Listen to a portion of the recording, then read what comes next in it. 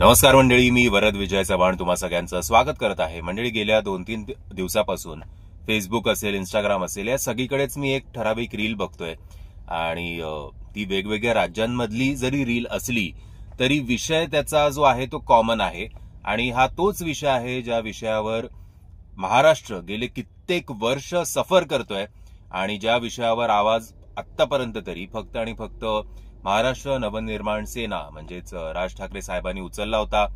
आता त्याच्यावर मी सुद्धा काही काही गोष्टींमध्ये डिसॅग्री करतो की जर कान फडवायचंच असेल कोणाला तर फक्त गरिबांना कशाला.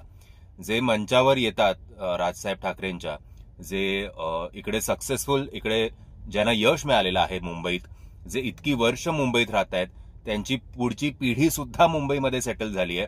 एवढं सगळं असून सुद्धा अजून ते मराठीचं एक वाक्य बोलत नाहीत.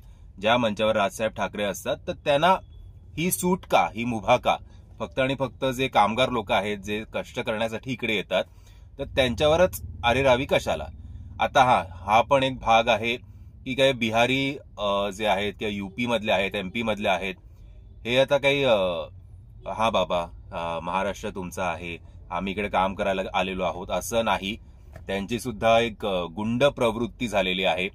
बरेच वेळा आपण बघतो की सुरुवात जी असते शाब्दिक बाचाबाचीची ती त्यांच्याकडनं होते.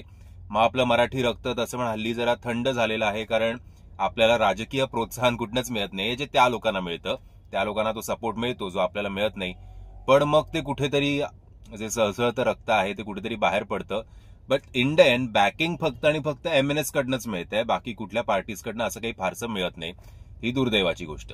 आणि आता जे काही काही क्लिप्स जे आता मला मिळाले, कारण हा मुद्दा जो आहे तो मला आता जरा उशिरा सुचला की याच्यावर आपण एक व्हिडिओ बनवू शकतो. आसामचं तुम्ही बघितलं, आसाम सारख्या राज्यात सुद्धा तीच परिस्थिती. तो माणूस सुद्धा तेच बोलतोय की आम्ही तुम्हाला आसरा दिला तो पसारा पसरवण्यासाठी नाही, आणि आता तुम्ही आमच्या डोक्यावर बसलात. तुम्हाला इकडे जमीन विकत घ्यायला दिली, शेती करायला दिली, त्याच्यानंतर आता तुम्हाला छठ पूजा करायची आहे. आम्हाला आमच्या आसामचाच एक त्यांनी कुठलं सणाचा जो सण मला आठवत नाही आता काय बोलले ते आम्ही तुमच्या युपीमध्ये किंवा बिहारमध्ये येऊन आम्हाला तुम्ही करू देणार का? पंजाबमध्ये सुद्धा तीच परिस्थिती आहे. अख्खे मोर्चेच्या मोर्चे निघतायत की भैया हटाव पंजाब बचाव. आणि त्याचबरोबर एक बंगालचा व्हिडिओ सुद्धा व्हायरल होतोय की सेम जसं आपल्याकडे ते मध्यंतरी एअरटेल का कुठल्या तरी ऑफिसमध्ये झालं होतं ना की महाराष्ट्र तुम्हारे बाप काय आहे, महाराष्ट्र तुम्हारे बाप काय, असं जी ती पोरगी बोलत होती तावातावाने. नंतर तिने माफी सुद्धा मागितली. सेम तसंच बंगालमध्ये कुठल्या तरी असंच फोनच्या नेटवर्कच्या ऑफिसमध्ये आपको बंगाली बोलना चाहिए, हे ते ती बोले नाही बोलेगा जाओ, नाही बोलेगा जाओ, आणि मग तीच मुलगी अंगावर येत होती. हे नॉर्थ इंडियनचं हल्ली जरा जास्त झालंय. आणि जेव्हा त्यांच्या अंगाशी येतं ना तेव्हा मग ते एकदम आम्ही गरीब, आम्ही हे, आम्ही ते, आमचं पोट, हे ते त्याच्यावर येतात. सुरुवात नेहमी जी आरेरावीची असते किंवा अंगावर येण्याची असते ती बरेच वेळा, सांगतोय प्रत्येक वेळेला होत असेल असं नाही, पण बरेच वेळा ही लोक करतातच करतात.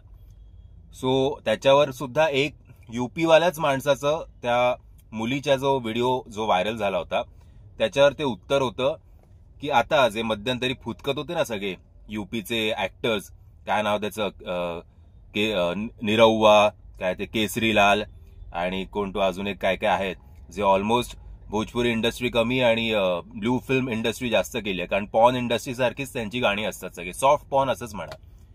ही लोक महाराष्ट्रातनं हमें कोई हकाल नहीं सकता, मैं नहीं बोलता मराठी, मुझे नहीं आती मराठी, असं जे जे काही काही वक्तव्य करत होते, जे आता भाजपचे आमदार का खासदार सुद्धा आहेत, ते लोक ना आसामच्या मुद्द्यावर काही बोलतायत, ना पंजाबच्या, ना बंगालच्या. का?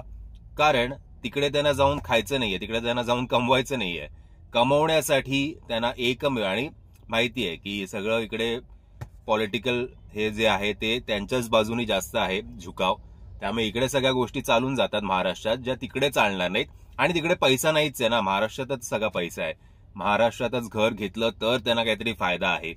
तो ते लोक त्या कुठल्या मुद्द्यांवर बोलत नाहीयेत. तिकडे त्यांना त्यांचे भैये किंवा त्यांचे युपीवाले, एमपीवाले हे जवळचे वाटत नाहीत. वाटतायत कुठले भैये जवळचे, जे महाराष्ट्रात राहतात तेवढेच. याच्यात मागचा स्वार्थ काय आहे आता समजून जा. बरं, आता जी काय छठ पूजा झाली त्या छठ पूजेवर बॅनर्स तर लागलेलेच असतात. आत्ता मला कळलं एका कोळी का आगरी बांधवाचं रील होता की बरेच वेळा स्पॉन्सर्स सुद्धा केले जातात हे सगळं छठ पूजा, त्याचं आयोजन सरकारकडनं केलं जातं. एकनाथ शिंदे साहेबांचा एक व्हिडिओ होता, कैसनबा हे ते, आणि मग काय जे काय त्यांच्या युपी भाषेमध्ये बोलत असतील ते. एकनाथ शिंदे साहेबांचं जय गुजरात जय मोदी हे तर आपण ऐकलंच आहे, पण कैसनबा आणि मग कौनबा हे जे काय असतील, तर माझं तोबा झालं होतं ते ऐकून की किती. आणि त्याच्यावर बाळासाहेब ठाकरेंचं एक मीम सुद्धा आलं होतं. तुम्हाला आठवत असेल जर जेव्हा नारायण राणे साहेब सेना सोडून गेले, त्याच्यानंतर त्यांचं जे भाषण झालं होतं की अरे किती चाटायची एखाद्याची, आणि त्यानंतर त्यांनी तो बस कंडक्टर आणि तो सगळा सिक्वेन्स सांगितला होता, सिनारिओ तो त्यातलं किती चाटायची असं एकनाथ शिंदे साहेबांना सांगण्यात आलं, म्हणजे तो मीम क्रिएट करण्यात आला. आणि मग फडणवीस साहेबांचं सुद्धा जे काही हल्ली भोजपुरी पुराण चाललंय ते आता आपण काही नव्याने तुम्हाला मी सांगायची गरज नाहीये. तर त्या कोळी आगरी बांधवांचं असं म्हणणं होतं की आमचे जे सण आहेत ते का नाही स्पॉन्सर करत मग तुम्ही. आणि एक सुद्धा मी पोस्ट बघितली होती की ज्या बाहेरच्या राज्यातल्या लोकांना हे गव्हर्नमेंट जे वेलकम करतंय, लिटरली लाळघोटेपणा करताय त्यांच्या मतांसाठी, हेच सरकार जेव्हा मराठा बांधव, भले तुम्हाला ते आरक्षणचा मुद्दा पटो अथवा न पटो, बट जेव्हा मराठा बांधव मुंबईत आले आझाद मैदानावर, तेव्हा त्यांच्यासाठी राहण्याची सोय नाही, हॉटेल्स बंद, शौचालय सगळे बंद. हा जो काही ही जी काही वागणूक आहे ती तुम्हाला कितपत पटते हे कमेंटच्या माध्यमातून कळवा. सो नालंदा युनिव्हर्सिटी त्याच भागात होती, बरेचसे IAS IPS सुद्धा त्याच भागातनं येतात. शिक्षण नाहीये अशातला भाग नाहीये, पण हे जे लोक आहेत त्यांचा टक्का खूप कमी आहे, बाकी सगळा हा कामगार वर्गच आहे. बरं, आपले बरेचसे प्रधानमंत्री, आता मोदी साहेब सुद्धा तिकडनंच वाराणसीमधनं आलेत आय गेस, आधीचे सुद्धा वाजपेयी साहेब, नेहरू साहेब, आय थिंक इंदिरा गांधीजी पण तिकडनंच आल्या होत्या. आता तो आदिनाथ काय ते योगी, तो पण फक्त जय श्रीराम बोललं की त्यांना मतं मिळतात, बट तिकडचं काही डेव्हलप करत नाहीयेत. तिकडे जे काही पूल सगळे जे उभे राहिलेत ते पूल 2-2, 3-3 महिन्यात, 1-1 वर्षात पडतायत. रस्त्यांची काही अवस्था एकदम बिकट आहे. फक्त आणि फक्त फोकस कशावर आहे तर राम मंदिरावर. बाकी मला वाटत नाही की काय तिकडे अजून काही घेणं देणं मोदी साहेबांना पण आहे, आणि अदानी साहेबांना पण तिकडे आय थिंक इंटरेस्ट नसेल, आणि अंबानी साहेबांना पण नसेल की तिकडच्या जमिनी विकत घेण्यात. नाहीतर तिकडे जर हे सगळं डेव्हलप झालं, आणि आत्ता मे बी बाकीच्यांना पटायला लागेल की महाराष्ट्र एवढा का बोंबलतोय यांच्या नावाने, की यांचा किती त्रास होतोय इकडे असलेल्या भूमिपुत्रांना. आता बाकीच्या राज्यांना एक कंठ फुटू लागलाय.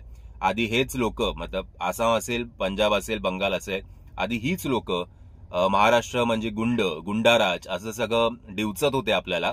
आता शेवटी कुठेतरी त्यांना पटलं पाहिजे की नाही तुम्ही जे बोलताय ते बरोबर आहे. परवा सुद्धा काय तो एरोप्लेन मधला एक किस्सा झाला, तो मी अजून अख्खा व्हिडिओ बघितला नाहीये, पण तिकडे सुद्धा परत मनसेनीच यायचं का? म्हणजे मराठीच्या मुद्द्यावर किंवा मराठी माणसाला काही त्रास झालाच तर काय त्यांचा ठेका फक्त मनसेनीच घेऊन ठेवलाय? बाकी एवढी आहे, बीजेपी आहे, UBT आहे, एकनाथ साहेबांची सेना आहे, राष्ट्रवादी, आणि त्यांचं सगळं राजकारणच वेगळं आहे, त्यामुळे ते याच्यावर बोलणारच नाहीत. आता UBT कदाचित होऊ शकतं, कारण आता ते आणि राजसाहेब ठाकरे एकत्र येत आहेत म्हटल्यावर या मुद्द्यावर तरी त्यांना कॉमन स्टँड घ्यायलाच हवा. आय नो त्यांची आता ते अॅग्रेशन आधीसारखं राहिलेलं नाहीये, कारण उद्धव ठाकरे साहेबांचं थोडं राजकारण जे आहे ते सॉफ्ट आहे, बाळासाहेब ठाकरेंसारखं नाहीये किंवा राजसाहेब ठाकरेंसारखं सुद्धा नाहीये. आणि त्याच्यानंतर आदित्य ठाकरे यांचं पण अजून मवाळ किंवा काय बोलू आपण, अजूनच सॉफ्ट आहेत ते. सो ओव्हरऑल अॅग्रेशनच्या बाबतीत किंवा जे आता एक हे काय ते आयोजन केले जातील निवडणुकीच्या आधी, सगळे काय बोलतात त्याला, आयला विसरलो मी एवढा चांगला शब्द, सभा आयोजित केल्या जातील. त्या सभेत फ्रंटमध्ये आय थिंक राजसाहेब ठाकरे असतील, आणि सगळे संबंध कसे जुळवून आणायचे, सगळं कोऑर्डिनेशन कसं करायचं हे उद्धव साहेब ठाकरे नक्कीच करतील. सो बघूया आता काय या ओव्हरऑल भैया या मुद्द्यावर तुमचं काय म्हणणं आहे, किंवा ते एक बिहारी 100 बिमारी, आधी काहीतरी एक बिहारी सब पे भारी असं त्यांचं म्हणणं होतं. तर अजूनही त्यांचा तो ऍटिट्यूड आहेच, जोपर्यंत त्यांच्या अंगाशी येत नाही, जोपर्यंत मनसेच्या खात्यात त्यांची बातमी जात नाही मनसेच्या विभागात तोपर्यंत ते शेर असतात. मराठी माणसाला ते काही फार भाव देत नाहीत. एकदा मनसेकडनं काही कोण आलं की लगेच माफी मागतात 2-4 कानफडीत खाल्ल्यानंतर.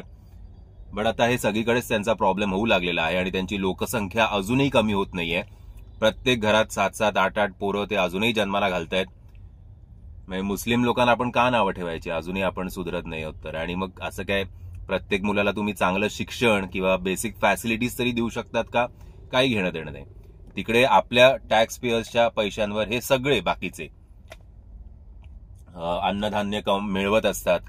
बाकी आता काय बोलू मी, जाऊ दे. ओव्हरऑल भैया या प्रकरणावर तुमचं काय म्हणणं आहे हे कमेंटच्या माध्यमातून कळवा. व्हिडिओ बरा वाटला असेल तर लाईक, शेअर आणि चॅनलला सबस्क्राईब करायला विसरू नका. जय हिंद, जय महाराष्ट्र.